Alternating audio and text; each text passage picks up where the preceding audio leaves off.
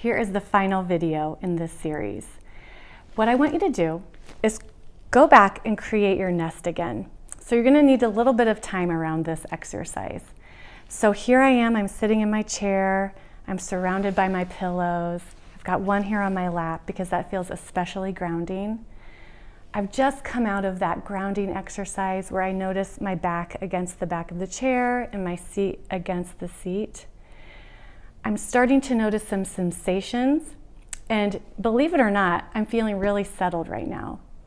If you're feeling settled, now it's time to do the next and final step. Think of a food that you have a complicated relationship. It might be a food that you feel that you binge on. It might be a food that the last diet that you just followed told you shouldn't be eating. Go get that food. Okay, welcome back. You have your food, right? I have mine. My food comes from my very favorite pizza restaurant. I've got 3 more pieces left. What I want you to do with your food is sit it outside of your container. Remember, this container is your safety. You get to say what comes inside of this container and what stays out of it. This is where you're starting to know, where do I begin and where do I end? What matters most to me and how do I get what I want? So we've got our food out here, and what I want you to notice is, how does it feel like to simply gaze at the food?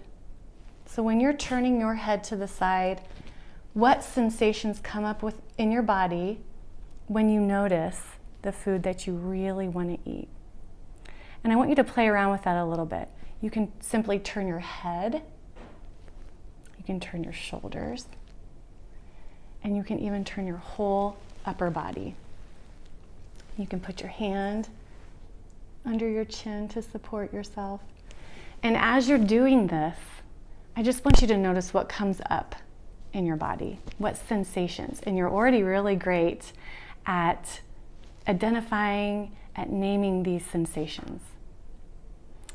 The next step could be practicing reaching for the food. So what does it feel like just to reach your hand out and touch the food?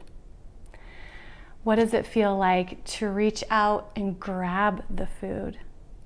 And just leave your hand right here for a moment.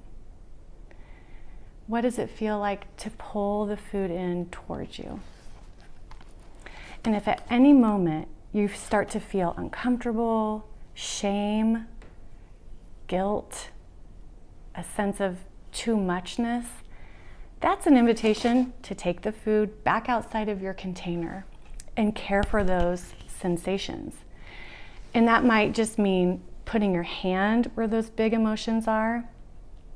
It might mean taking a pillow, bringing it up to your chest and really squeezing hard, noticing that emotion. See if you can move the emotion out into the pillow. And then relax. Again, find your back against the back of the chair and your seat against the seat. This is a very slow process. You have time.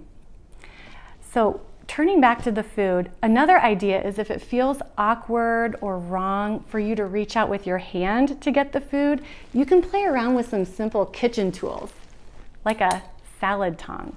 So you could practice, like, what does it feel to use a tool to grab at the food? Does that feel safer?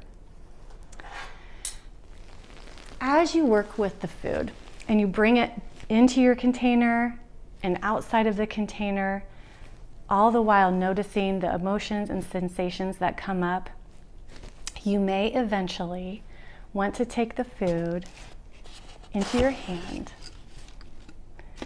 hold it there, look at it, smell it, and even take a bite.